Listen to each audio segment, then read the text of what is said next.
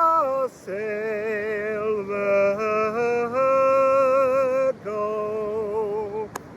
Hello, beautiful Virgo. Liffruma.com is live, the website. You can go on there and see lots of resources. You can join up, you'll be sent a secret password through an email, and then you can access hidden content. You can't buy yet because we've got to sort out all the international delivery buttons and things and the pricing. So go and enjoy the website for now. Join up, log in, subscribe, and leave comments. It's so beautiful, and so many of you have. Thank you so much from all of us for supporting us still. It really is. It touches us all so much. So, Ceres, what's she up to? A lot. So Ceres is about to come creeping into your sign. She's in 3 degrees of Libra, retrograding. She's going to come in, and there's some kind of connection between her at 29 degrees and Sedna, 29 degrees in Taurus. So she's going to be reprogramming the earth, us, nature, everything, recoding, offering new opportunities. Goddess of agriculture, she's offering transformation, and we all know that you love a transformation. So I did some channeling. So yours began with partnerships, but it came across as very much like Virgo is pretending to be Libra. I don't mean that. I think it's to do with that energy of retrograding. Ceres was in Libra, and she's turned around and she's bringing that energy of partnerships to you. It's like holding someone else's power in your hand. And then we have cloaked in another's thoughts. And then all of a sudden it will just pop. And all of that energy will become something else. And what remains that's part of that energy being brought towards you will feel like that which will always suit you. So there's something about you being in your power, Virgo, and plowing everything, transforming everything. Sorry, I'm sweating so much here. And the plow constellation was shown to me. Starlight. Like there's something refreshing to the light coming to you. Uplifting light frequencies that have been hidden below the surface. This is a promised healing moment for you. And then Neptune. A really strong connection with Neptune, which is odd in that it's at the moment in Pisces, but there was a really powerful connection to sea frets and fogs. Things that have rolled in and created, I mean, a bit like this energy of bringing the Libra frequency in, that doesn't really, it's not really you, but it's like taking the elements, the fog clearing, that bubble popping, and part of that energy is you, but you didn't understand how. There's a sense of like a sound chaos that will just drop away and go really, really peaceful. And then a silence, a moment where you will feel that calm, and everything will feel as though it's just ironed out. So they showed me an energy of sound waveforms becoming very still, like the edge of the horizon. So the waves at the front are crashing, but at the very back it's just the horizon line, and that's where you're heading. But the horizon line has got this uplift energy. And then Eros, direction, the future of love. So focus on love as your power and balance yourself. I think that's why you're being given this partnerships thing. It's a new partnership with you. So we're going to go to the Liffruma deck, and we're going to see, we're going to get 8 cards, and see what message Ceres has for Virgo. I don't know why I said Virgo. Maybe they say it like that in Spanish. So, Ceres and Virgo, Ceres and Virgo.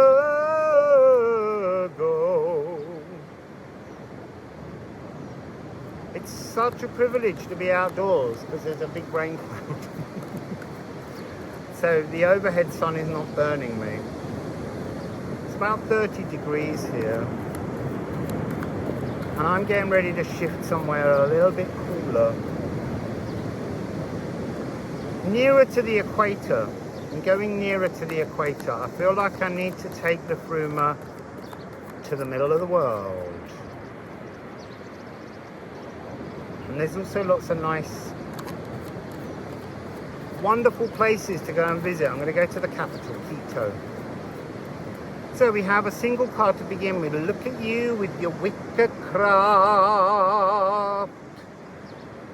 So this is elder magic, sorcery, witchcraft, channeling energy down inside you. I'm going to have to open this book out, put that there, because I really need to be able to keep an eye on the channel messages. Now I'm going to take 7 more cards on the top of the deck. So, oh, look at you, partnerships, Yana. Frigg weaves golden threads of love into the destiny of all beings so we may tangle our heartstrings with others. Occasionally these divine yarns wrap and wind together 2 souls of mirrored frequency, predestined emotional ties reaching back to the birth of love and singing with harp-like perfection. Whoa! So next you have, this has come out in each of the readings today, the Aether light. I want to say that Aether is not a burning energy. It's just a light that lights the darkness. It doesn't scald you. But it's also wormholes and time dimensions. It's interesting because yours didn't talk about doorways particularly, but talked about the application of love to bring you a power of clarity. I'm trying not to dribble sweat on the cards. Hagal! The next one, the goo. I think that's come out in all 3 as well. It's a very popular energy because this is the lagoon. This is the physical manifestation of the cosmic ocean. And you can go in there and you can swim about and connect with the lagoon. Health just came out.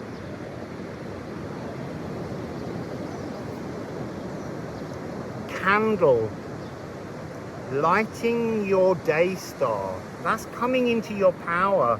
It's also talking, it's interesting, it's Hoddenbaldir, 2 locks to 1 door. I'm getting an opposite energy to this. It's saying it's time to lock that door, shut that door. And then your last of the 8, oh, Wacken, Waken, 69. So now this is interesting because you are the first to have the entire Tesla code in your reading. So let's just get them in the right order. So you've got 2 3s, 6, and then a 9 and a 6-9. So you've actually got like a double Tesla code. 2 3s, 2 6s and 2 9s. So this is like having some kind of really magical, double magical energy key to transform something wonderful. And I feel like these are wanting to be together to say it's time to weave magic to achieve health, to achieve a healing, to come into a new frequency of being renewed. This is Idun.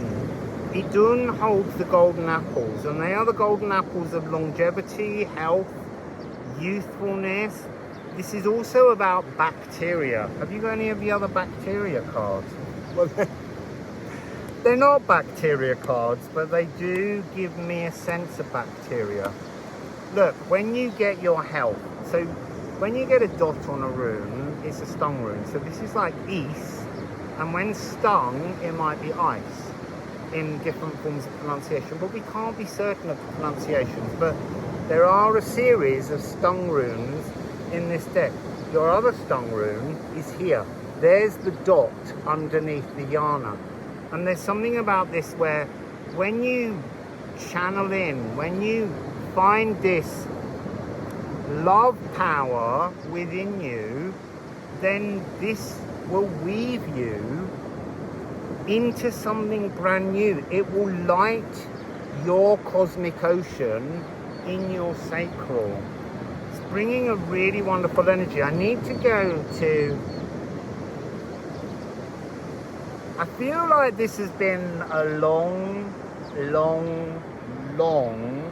weathering journey that's been full of frustration, irritation, hurt. This is hail. Hailstones come down, and when they hit you, they hurt. They're sharp. Sometimes they can be huge, and they can really do some damage.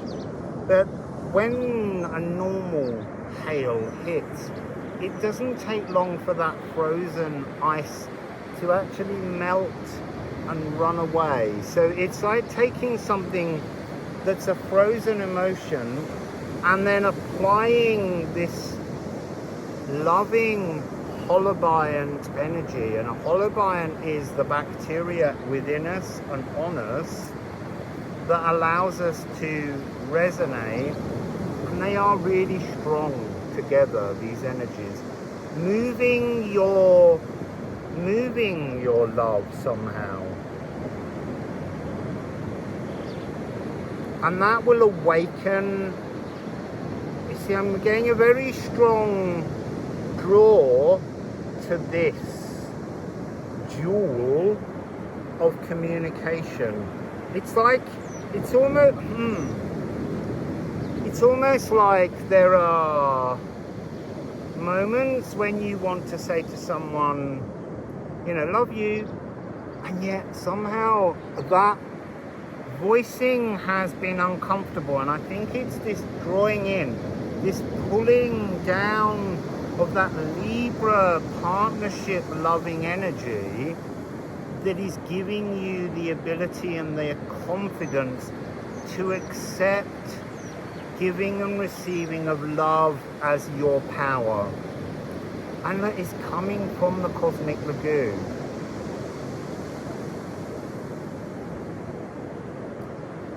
In the candle card, it's pulling in this energy. So it says in the candle card, the mortal lighted in Midgard burns as a candle here, yet blazes in mortal as aether out there in the greater cosmos. So in the music of the spheres, this aether is calling to you to light your soul fires, and you've got to pull that energy down, pull that cosmic Ceres love down towards you, plow it into you, almost open yourself as a furrow. Interesting. Now they're showing me Urea. Now Virgo was originally called Urea, and quite often she held the frond of Urea,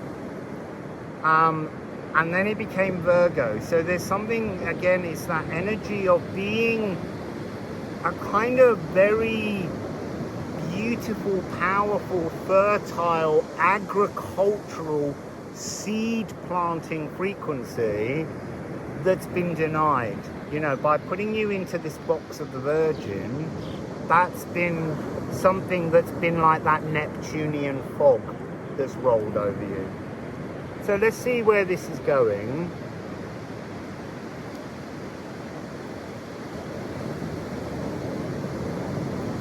Let's see where this is going.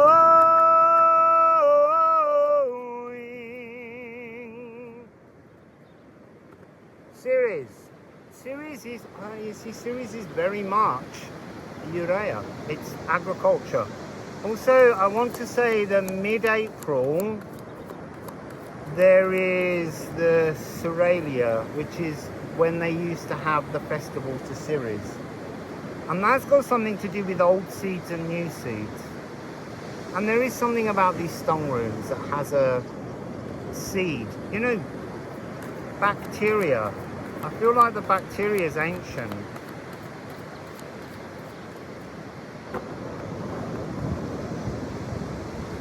Where's this going? Oh, you've got 3.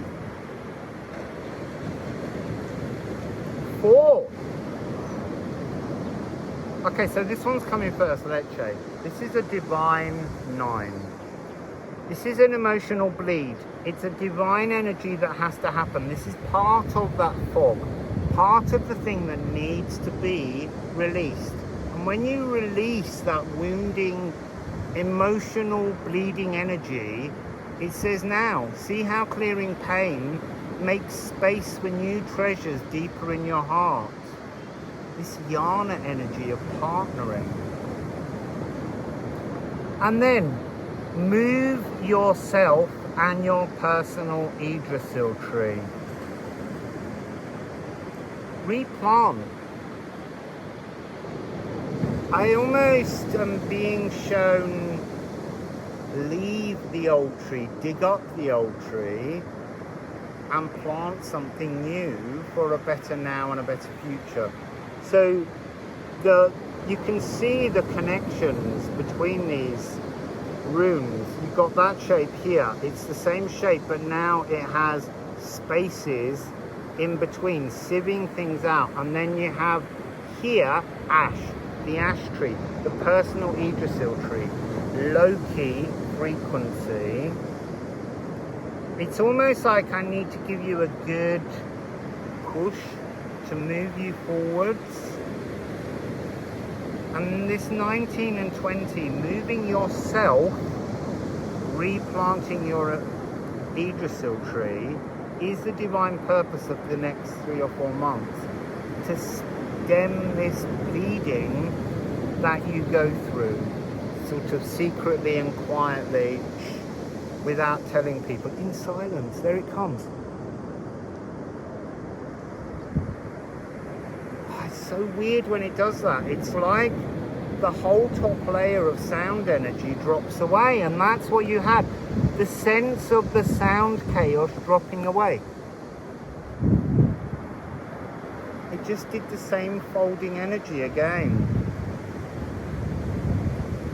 So, beautiful Virgo, there's your series plan of action, and I will see you very, very soon. Wassail!